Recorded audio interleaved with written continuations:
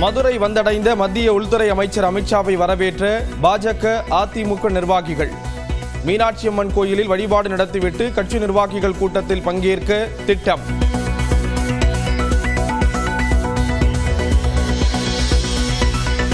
இளைஞர்களை திமுகவில் சேர்க்க முக்கியத்துவம் அளிக்க முதலமைச்சர் மு.க.ஸ்டாலின் வலியுறுத்தல். கடமைக்கு உறுப்பினர்களை சேர்க்க வேண்டாம் என கட்சி நிர்வாகிகளுக்கு அறிவுரை. கிளாம்பாக்கம் பரிதாபங்கள் ஓய்ந்தபாடில்லை என எதிர்க்கட்சித் தலைவர் எடப்பாடி பழனிசாமி விமர்சனம். தேவைக்கு ஏற்ப கூடுதல் பேருந்துகள் இயக்கப்படுவதாக அரசு விரைவு போக்குவரத்து கழகம் விளக்கம். எடப்பாடி பழனிசாமி தான் தங்களது அணிக்கு வந்துள்ளதாக அம்மா மக்கள் முன்னேற்ற கழகத்தின் பொதுச் செயலாளர் டிடிவி தினகரன் கருத்து.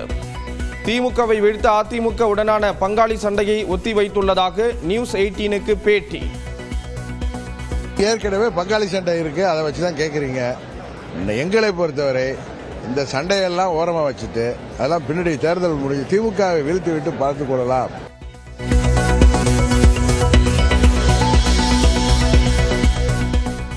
கூட்டணிக்கு பாஜக இதுவரை அழைக்கவில்லை என சென்னையில் பாமக நிறுவனர் ராமதாஸ் பேட்டி. இன்று அமித்ஷாவை சந்திக்கும் திட்டம் இல்லை என்றும் விளக்கம். தங்க நகை கடன்களுக்கான நிபந்தனைகளை தளர்த்தியது ரிசர்வ் வங்கி. நகை வாங்கியதற்கான ரசீதை வழங்க தேவையில்லை என அறிவிப்பு. ஈரோடு, வேலூர், மதுரை, சென்னை உள்ளிட்ட தமிழ்நாட்டின் 10 இடங்களில் சதமடித்த வெயில். நாளை மறுநாள் வட மாவட்டங்களில் கனமழைக்கு வாய்ப்பு என வானிலை மையம் கணிப்பு. கொரோனா பாதிப்பு வீரியம் இல்லாதது என்பதால் ஊரடங்கிற்கு அவசியம் இருக்காது. மருத்துவத்துறை அமைச்சர் மா சுப்பிரமணியன் விளக்கம். தமிழ்நாட்டில் மேலும் ஒரு சுங்கச்சாவடியை திறக்கிறது தேசிய நெடுஞ்சாலை ஆணையம். தஞ்சாவூர் மாவட்டம் மானம்பாடி சுங்கச்சாவடியில் வரும் 12ஆம் தேதி முதல் கட்டணம் வசூலிக்கப்படும் என அறிவிப்பு. 305 கோடி ரூபாய் மதிப்பில் சொத்து இருப்பதாக வேட்புமனுவில் கூறியுள்ள கமல்ஹாசன். 49 கோடி ரூபாய் கடன் இருப்பதாக தகவல். தமிழ்நாடு தேசிய சட்ட பல்கலைக்கழகத்தில் படிக்க தேர்வாகி சாதித்த முதல் பழங்குடியின மாணவர். திருச்சி மாவட்டம் பச்சமலையைச் சேர்ந்த மாணவர் பரத்துக்கு முதலமைச்சர் வாழ்த்து. சென்னை கொடுங்கையூரில் பெண் மரணத்தில் திடீர் திருப்பம். மதுவில் தூக்க மாத்திரை கலந்து கொடுத்து கொலை செய்ததாக முன்னாள் காதலரான இளம் மருத்துவர் கைது.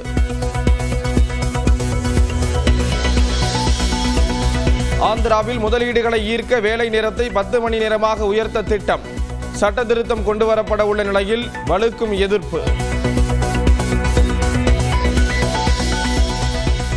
உத்தராகண்டில் திடீர் கோளாறு காரணமாக சாலையில் தரையிறக்கப்பட்ட ஹெலிகாப்டர். கேதார்நாத் சென்ற பயணிகள் 5 பேர் உட்பட 6 பேர் உயிர் தப்பினர்.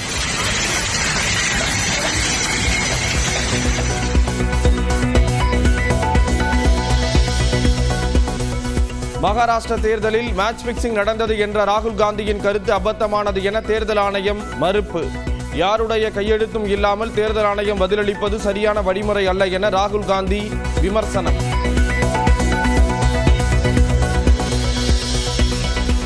தொழிலதிபர் எலான் மஸ்குடனான உறவை முறித்துக் கொண்டதாக ட்ரம்ப் அறிவிப்பு. எதிர்க்கட்சியான ஜனநாயக கட்சியினரை ஆதரித்தால் கடும் விளைவுகளை சந்திக்க நேரிடும் என எச்சரிக்கை.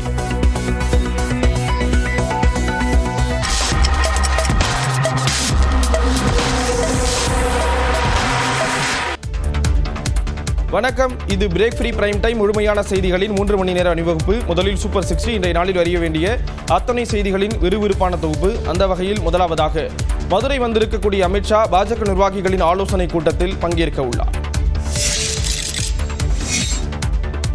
மத்திய உள்துறை அமைச்சர் அமித்ஷா ராணுவ விமானம் மூலமாக நேற்று இரவு மதுரை வந்தடைந்தார். 2026 சட்டப்பேரவைத் தேர்தலுக்கான பணிகளை அரசியல் கட்சிகள் தீவிரப்படுத்தியிருக்கும் நிலையில் பல்வேறு நிகழ்ச்சிகளில் பங்கேற்க மத்திய அமைச்சர் அமித்ஷா மதுரை வந்துள்ளார். மத்திய இணையமைச்சர் எல் முருகன், பாஜக மாநில தலைவர் நைனா நாகேந்திரன், கட்சியின் மூத்த தலைவர் தமிழிசை, சட்டமன்ற உறுப்பினர் வானதி சீனிவாசன் உள்ளிட்டோர் விமான நிலையத்திற்கு சென்று அவரை வரவேற்றனர். அதிமுக சார்பில் முன்னாள் அமைச்சர்கள் ஆர்.பி. உதயகுமார், செல்லூர் ராஜு ஆகியோர் வரவேற்பு அளித்தனர். தனியார் விடுதியில் தங்கியுள்ள அமித்ஷா இன்று காலை 11 மணி அளவில் மீனாட்சி அம்மன் கோவிலில் தரிசனம் செய்ய திட்டமிட்டுள்ளார். தெரிவித்துள்ளார். மதியம் நடைபெறக்கூடிய நிர்வாகிகள் ஆலோசனைக் கூட்டத்தில் பங்கேற்கக்கூடிய அமித்ஷா தமிழக பாஜகவின் உட்கட்சி விவகாரங்கள் குறித்து பேச உள்ளதாக கூறப்படுகிறது.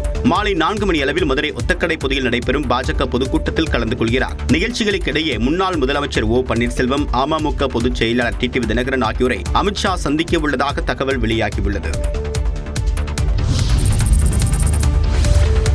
தென் மாவட்டங்களில் பலத்தை அதிகரிக்கவே மத்திய உள்துறை அமைச்சர் அமித்ஷா மதுரைக்கு வந்ததற்கான வியூகம் என்று கூறப்படுகிறது. கடந்த ஆண்டு நடைபெற்ற மக்களவைத் தேர்தலில் அதிமுக, பாஜக, பாமக, தேமுதிக ஒரே கூட்டணியில் இருந்திருந்தால் சுமார் 15 தொகுதிகளில் வெற்றி பெற்றிருக்கலாம் என்று வாக்குகளின் அடிப்படையிலான கணக்கீடுகள் சுட்டிக்காட்டப்பட்டன. பாஜகவின் வாக்கு சதவீதம் அதிகரித்த நிலையில் மதுரை, தேனி, ராமநாதபுரம், திருநெல்வேலி, கன்னியாகுமரி ஆகிய 5 மக்களவைத் தொகுதிகளில் பாஜக கூட்டணி 2ஆம் இடம் பெற்றது. இதனால் பாஜகவின் பார்வை தென் மாவட்டங்களில் பக்கம் திரும்பியதால் நயினார் நாகேந்திரன் மாநில தலைவராக்கப்பட்டதாக கூறப்படுகிறது. இது தென் மாவட்டங்களுக்கு முக்கியத்துவம் அளிப்பது மட்டுமின்றி அவர் சார்ந்த சமூக வாக்குகளை ஈர்க்கக்கூடிய முயற்சியாகவும் பார்க்கப்படுகிறது. அடுத்த சட்டப்பேரவை தேர்தலுக்கு ஓராண்டே இருக்கக்கூடிய நிலையில் தென் மாவட்டத்தில் செல்வாக்கை அதிகரிக்க வேண்டும் என்ற அடுத்த கட்ட முயற்சியாகவே அமித்ஷாவின் மதுரை வருகை அமைந்திருப்பதாகவும் கூறப்படுகிறது. அமித்ஷாவின் கடந்த அரசியல் ரீதியான தமிழ்நாடு பயணத்தில் அதிமுக கூட்டணி உறுதி செய்யப்பட்ட நிலையில் இன்று முன்னாள் முதலமைச்சர் ஓ பன்னீர்செல்வம், அமமுக பொதுச் செயலாளர் டிடிவி தினகரன் போன்ற தென் மாவட்டத்தின் முக்கிய அரசியல் தலைவர்கள் அமித்ஷாவை சந்திப்பார்களா என்பது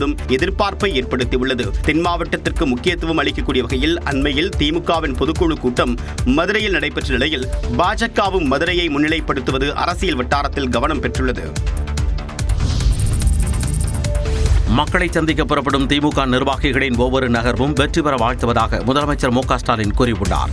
தமிழ்நாட்டில் அடுத்த ஆண்டு சட்டப்பேரவைத் தேர்தல் நடைபெறவுள்ள நிலையில் அதனை எதிர்கொள்ள ஆளுங்கட்சியான திமுக முன்கூட்டியே தயாராகி வருகிறது. அதன் ஒரு பகுதியாக கடந்த 1ஆம் தேதி மதுரையில் திமுக பொதுக்குழு கூட்டம் நடைபெற்றது. அதில் ஒவ்வொரு வாக்குச்சாவடியிலும் குறைந்தபட்சம் 30% வாக்காளர்களை திமுகவில் உறுப்பினராக சேர்க்கும் வகையில் புதிய உறுப்பினர் சேர்க்கையை முன்னெடுக்க வேண்டுமென சிறப்பு தீர்மானம் நிறைவேற்றப்பட்டது. இந்நிலையில் திமுக மாவட்ட செயலாளர்கள், எம்பி, எம்எல்ஏக்கள், தொகுதி பார்வையாளர்களுடன் முதலமைச்சர் மு க ஸ்டாலின் காணொலி காட்சி வாயிலாக ஆலோசனை நடத்தினார். அப்போது ஒவ்வொரு பூத்திலும் 30 விழுக்காடு வாக்காளர்களை சேர்க்க வேண்டும் என்றும் அதில் இளம் வாக்காளர்களுக்கு முக்கியத்துவம் தர வேண்டும் என்றும் முதலமைச்சர் அறிவுறுத்தியுள்ளார். அதே நேரத்தில் கடமைக்கு உறுப்பினர்களை சேர்க்க வேண்டாம் எனவும் கேட்டுக் கொண்டுள்ளார். உறுப்பினர் சேர்க்கையின் போது வாக்காளர்கள் முன்வைக்கக்கூடிய குறைகளை கேட்டுக்கொண்டு அதற்கு பொறுமையுடன் பதிலளிக்க வேண்டும் எனவும் திமுகவின் திட்டங்களை மக்களிடம் விளக்கி உறுப்பினர்களை சேர்க்க வேண்டும் என்று முதலமைச்சர் அறிவுறுத்தியுள்ளார். இதையடுத்து எக்ஸ் பக்கத்தில் பதிவிட்ட முதலமைச்சர் திமுக மாவட்ட செயலாளர்கள் கூட்டம் ஆக்கப்பூர்வமான ஆலோசனைகள் நடைபெற்றதாக தெரிவித்துள்ளார். மக்களை சந்திக்க புறப்படும் திமுக நிர்வாகிகளின் ஒவ்வொரு நகர்வும் வெற்றி பெற வாழ்த்துவதாகவும் 2026ஆம் ஆண்டு தேர்தல் பரப்புரையை தற்போதே தொடங்கும் விதமாக மக்களை சந்திக்க திமுக நிர்வாகிகள் புறப்பட உள்ளதாகவும் தனது பதிவில் முதலமைச்சர் குறிப்பிட்டுள்ளார்.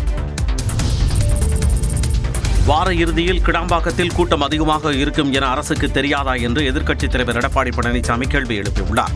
இது தொடர்பாக தனது எக்ஸ் பக்கத்தில் பதிவிட்டுள்ள அவர், கடந்த 3 நாட்களாக கிடாம்பாக்கம் பேருந்து நிலையத்தில் போதிய பேருந்து வசதிகள் இல்லாததால் சென்னையில் இருந்து சொந்த ஊர்களுக்கு செல்லும் மக்கள் பெரும் அவதியடைந்ததாக குறிப்பிட்டுள்ளார். பக்ரீத் மற்றும் முகூர்த்த நாள் நிறைந்த வார இறுதியில் கிடாம்பாக்கம் பேருந்து நிலையத்தில் மக்கள் கூட்டம் அதிகமாக இருக்கும் என்பது அரசுக்கு தெரியாதா என்றும் இபிஎஸ் வினவியுள்ளார். சொந்த ஊருக்கு செல்லக்கூட மக்களை திமுக அரசு பரிதி வைக்க வைப்பதாக குற்றம் சாட்டியுள்ள எடப்பாடி பழனிசாமி, கிடாம்பாக்கம் பரிதாபங்கள் தற்போது வரை ஓய்ந்தபாடில்லை என்றும் குறிப்பிட்டுள்ளார். நிர்வாக திறனற்ற ஆட்சிக்கு கிடாம்பாக்கமே சாட்சி என விமர்சித்துள்ள இபிஎஸ், கிடாம்பாக்கம் பேருந்து நிலையத்தில் பேருந்து சேவை முறையாகவும் சீராகவும் இருப்பதை உறுதி செய்ய வேண்டும் என வலியுறுத்தியுள்ளார்.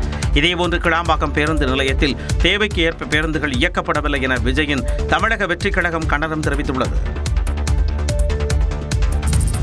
கிடாம்பாக்கத்தில் முறையாக பேருந்துகள் இயக்கப்படவில்லை என புகார்கள் எழுந்திருந்த நிலையில் தேவைக்கு ஏற்ப கூடுதலாகவே பேருந்துகள் இயக்கப்பட்டதாக தமிழக அரசு விளக்கம் அளித்துள்ளது. சென்னை கிடாம்பாக்கத்தில் கடந்த சில நாட்களாக போதிய அளவு பேருந்துகள் இயக்கப்படவில்லை என பயணிகள் மத்தியில் புகார் எழுந்தது. இந்நிலையில் அரசு விரைவு போக்குவரத்து கழகம் தரப்பில் கிடாம்பாக்கம் பேருந்து சேவை தொடர்பாக விளக்கம் அளிக்கப்பட்டுள்ளது. அதில் ஜூன் 4, 5 மற்றும் 6ஆம் தேதிகளில் பயணிகளின் தேவைக்கேற்பவும் முன்பதிவு அடிப்படையிலும் போதுமான பேருந்துகள் இயக்கப்பட்டதாக தெரிவிக்கப்பட்டுள்ளது.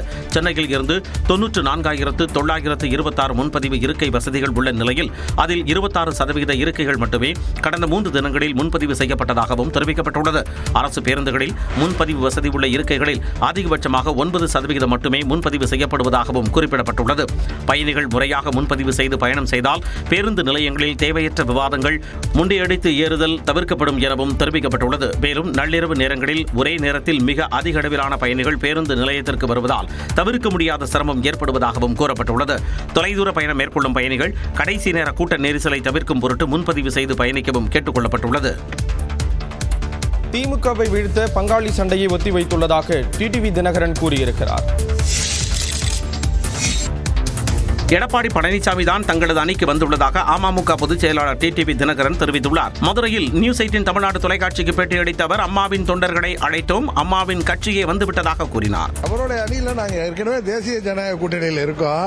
எங்க அணிக்கு தான் உங்க எடப்பாடி வந்து சேர்ந்திருக்காரு. திமுகவை வீழ்த்த அதிமுகவுடனான பங்காளி சண்டையை ஓரமாக வைத்துவிட்டு தேர்தலை சந்திக்க இருப்பதாகவும் தெரிவித்தார். அவங்களுக்கும் எங்களுக்கும் ஏற்கனவே பங்காளி சண்டை இருக்கு, அதை வச்சுதான் கேக்குறீங்க.